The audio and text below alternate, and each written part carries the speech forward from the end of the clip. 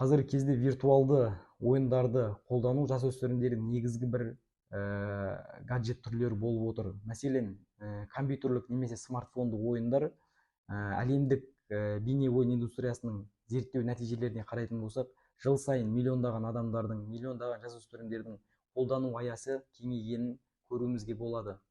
Виртуалды ойындар қазіргі кезде сапалы, визуализациясы жоғары, сіздің қабылдауыңызға жеңіл және де сол қабылдауыңыздан әсер алатын бір керемет дүниелер жасап шығаруда. Және бұның пайдалы тұстары мен зиян тұстары өте көп. Яғни пайдалы тұсынан зиян тұсы басымырақ деп айтуымызға болады. Әлемдік медициналық зерттеулер нәтижесіне қарайтын болсақ, осы виртуалды ойындарда кең тараған атқыштар, шутер ойындары жасөспірімдердің зорлық зомбылыққа ықпал ететін, зорлық зомбылықты жаңа кісі өлтіру, неше түрлі эпизодтарды көру арқылы өзінің қатыгездік синдромын қалыптастыру мүмкін екенін дабыл қағып жиірек ескертуде.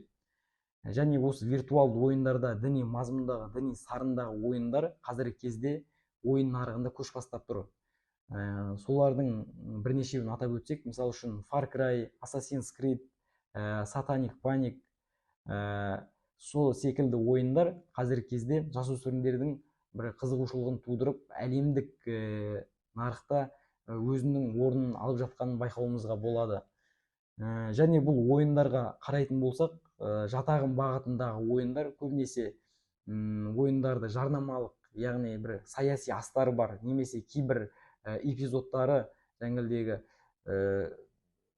белгілі бір дінге шақыру, болмаса бір діндерге пропагандалық нұсқаларын жарыққа шығаруы, бұл жасөспірімдердің негізгі діни таным түсінігіне кері ықпал ететін, немесе сол арқылы діни түсінікті қалыптастыруы мүмкін екенін айтуымызға болады. Және де бұл діни мазмұндағы ойындарды жастар ойнау арқылы өздерін зорлық зомбылыққа немесе бір суицидтік жағдайға алып баратын, кісі өлтіру, террористік актілер жасауы, бұл болашақта өзін қалыптастыру жолында үлкен проблемаларға жолығатынын ұмытпауымыз керек.